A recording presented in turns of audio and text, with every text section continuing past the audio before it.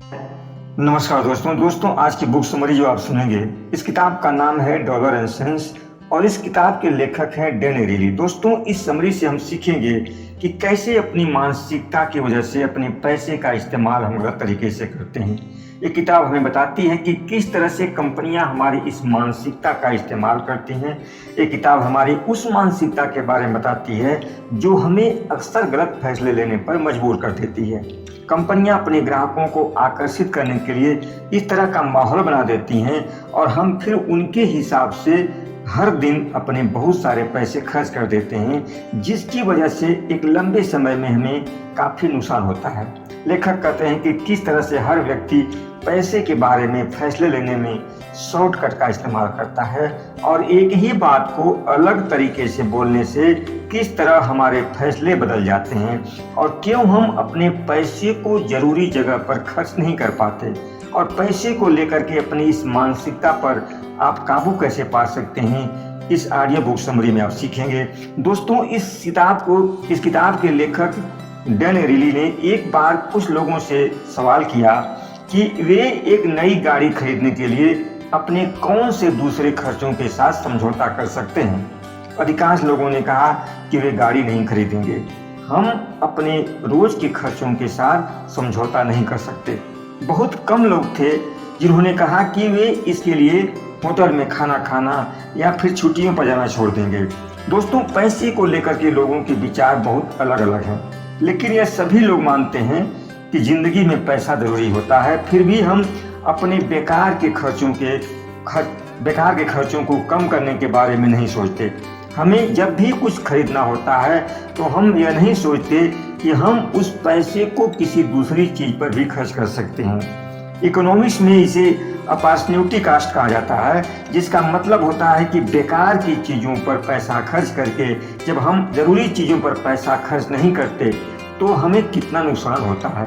और जब हम पैसे खर्च करते समय दूसरे ऑप्शन के बारे में नहीं सोचते तो हम बहुत बड़ी गलती कर रहे होते हैं। इसके पीछे एक और वजह है कि हमें सोचना पसंद नहीं है। हम बस कंपनियों के एड्स को देखकर सामान खरीदने का फैसला कर लेते हैं और कंपनियां हमारी इस मानसिकता का खूब इस्तेमाल करती हैं। हमें अपने एड्स में हमेशा दिखाती रहती हैं कि उनका ऑफर सीमित समय के लिए है और हमें डर लगने लगता है कि कहीं हमारे हाथ से कुछ छूट न जाए और हम अपने बहुत सारे पैसे खर्च कर देते हैं। ऑथर कहते हैं कि हम अपने फैसले लेने के लिए अक्सर शॉर्टकट का इस्तेमाल करते हैं। जैसे किसी चीज़ को असली कीमत क्या है, किसी चीज़ की असली कीमत क्या है, यह हम पता नहीं लगा सकते। लोगों के पास इसकी जानकारी निकालने के लिए समय नहीं होता। एग्जाम्पल के लिए जेसी पेनी नाम के एक चेन स्टोर को लीजिए। 2012 तक वे अपने स्टोर के सामान का दाम बढ़ा देते और फिर उसे काट कर उस पर डिस्काउंट लिखकर उसे फिर से रिटेल प्राइस पर ले आते। यानी कि किसी चीज़ की कीमत 1000 रुपये है तो उसकी कीमत 1200 रुपये लिख करके और 200 रुपये का डिस्काउंट लिख देना। लेकिन इस डिस्काउंट के चलते लोग वहाँ खूब शॉपिंग किया करते। लेकिन इसके बाद जॉनसन नाम के एक व्यक्ति वहाँ के नए सीईओ बने और उन्हें लगा कि अपने ग्राहकों को इस तरह झूठ बोलना ठीक नहीं है। उन्होंने डिस्काउंट का काम बंद करा दिया। अब ग्राहकों को लगा कि उन्हें अब डिस्काउंट नहीं मिल रहा है और उन्होंने वहाँ से सामान खरीदना बंद कर दिया और उस साल उन्हें लगभग $985 मिलियन का नुकसान हुआ। दोस्तों, हम कोई भी सामान खरीदने के लिए डिस्काउंट का सहारा लेते हैं, लेकिन हमें पता नहीं कर सकते कि उस सामान की असली कीमत क्या है। इसके लिए अगर हम एक चीज़ की तुलना दूसरे से करें, यानी उसी क्वालिटी का सामान दूसरी जगहों पर कितने दामों में मिल रहा है, तो हम बेहतर फैसले ले सकते हैं। लेकिन अपनी ज़िंदगी के सभी हिस्सों में हम शॉर्टकट का इस्तेमाल ही करते हैं। ऑथर कहते हैं कि भावनाएं भी हमारे पैसे की आदतों पर काफ़ी असर डालती हैं। मान लीजिए आप कहीं जा रहे हैं, आपने 100 रुपये का टिकट खरीदा और आपका टिकट कहीं खो गया, तो क्या आप फिर से टिकट खरीदने जाएंगे?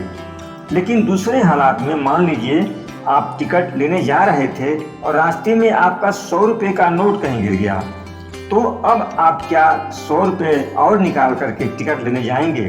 दोनों हालात में नुकसान बराबर हुआ है। और दोनों में कोई अंतर नहीं है। आपका जवाब दोनों हालातों में एक होना चाहिए। लेकिन अधिकांश लोग कहते हैं कि टिकट खो जाने के बाद फिर से दूसरा टिकट नहीं लेने जाएंगे, लेकिन अगर पैसा खो जाए तो दूसरा पैसा निकालकर टिकट लेंगे। ऐसे हालात में हम अपने मेंटल अकाउंटिंग का सहारा लेते हैं, जो कभी कभी हमें गलत फैसले लेने पर मजबूर कर सकता है। यहाँ हम दोनों हालात में अलग फैसला ले रहे हैं, जबकि दोनों में नुकसान एक जैसा हो रहा है, और यही काम अपनी जिंदगी में हम हर रोज करते हैं। अगर हमें कुछ खरीदना होता है तो हम अपने सारे ऑप्शन के बारे में नहीं सोचते। हम यह नहीं देखते कि कोई सामान हमें क्यों सस्ता मिल रहा है।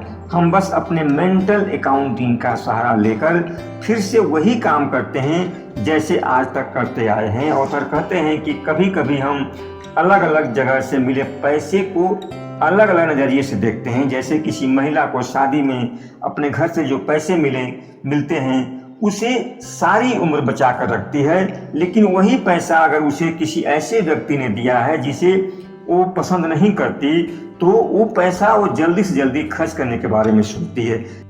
इसे इमोशनल अकाउंटिंग कहा जाता है। इसलिए ज़रूरी है कि आप पैसों से अपनी भावनाओं को मत जोड़िए। इसका इस्तेमाल सोच समझ कर करें। अपनी इस बुक डॉलर एंड सेंस में डैन एरेली ने आगे लिखा है कि शब्दों के और रिवाजों के इस्तेमाल से हम एक चीज़ की अहमियत को बदल सकते हैं। इन दो लाइनों पर ध्यान दीजिए। पहली कि एक आपदा में पुलिस कर्मचारी बिल्डिंग में फंसे 33% लोगों को नहीं बचा सके। दूसरी लाइन है, एक आपदा में पुलिस कर्मचारियों ने बिल्डिंग में फंसे 66% लोगों को बचा लिया।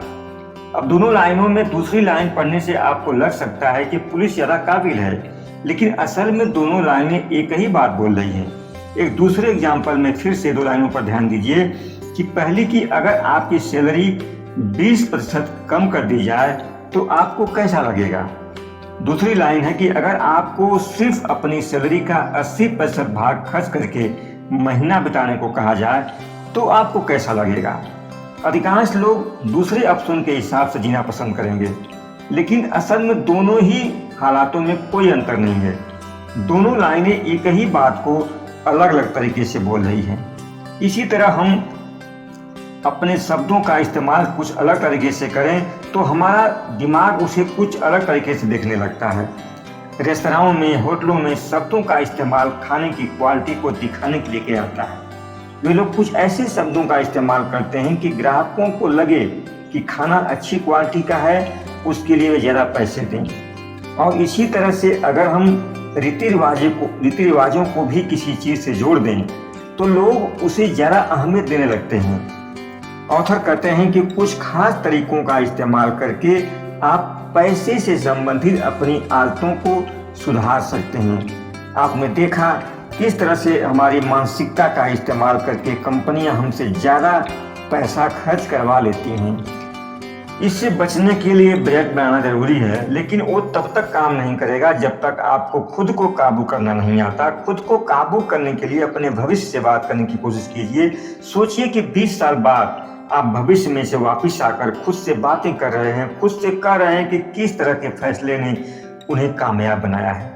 इस तरह अपनी गलत आदतों को काबू कर पाएंगे। इसके अलावा आप खुद के रिटायर होने को एक डेट दे सकते हैं, लेकिन ऐसा मत कहिए कि 10 साल बाद रिटायर होना चाहेंगे, बल्कि ये कहिए कि आप जुलाई 2029 तक रिटायर होना चाहेंगे।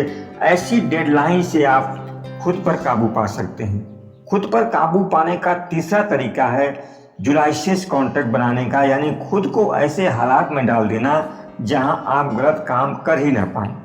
एग्जाम्पल के लिए, अगर आपको अपना क्रेडिट कार्ड इस्तेमाल करने की आदत है तो आप सिर्फ डेबिट कार्ड इस्तेमाल कीजिए। क्रेडिट कार्ड को काट कर फेंक दीजिए।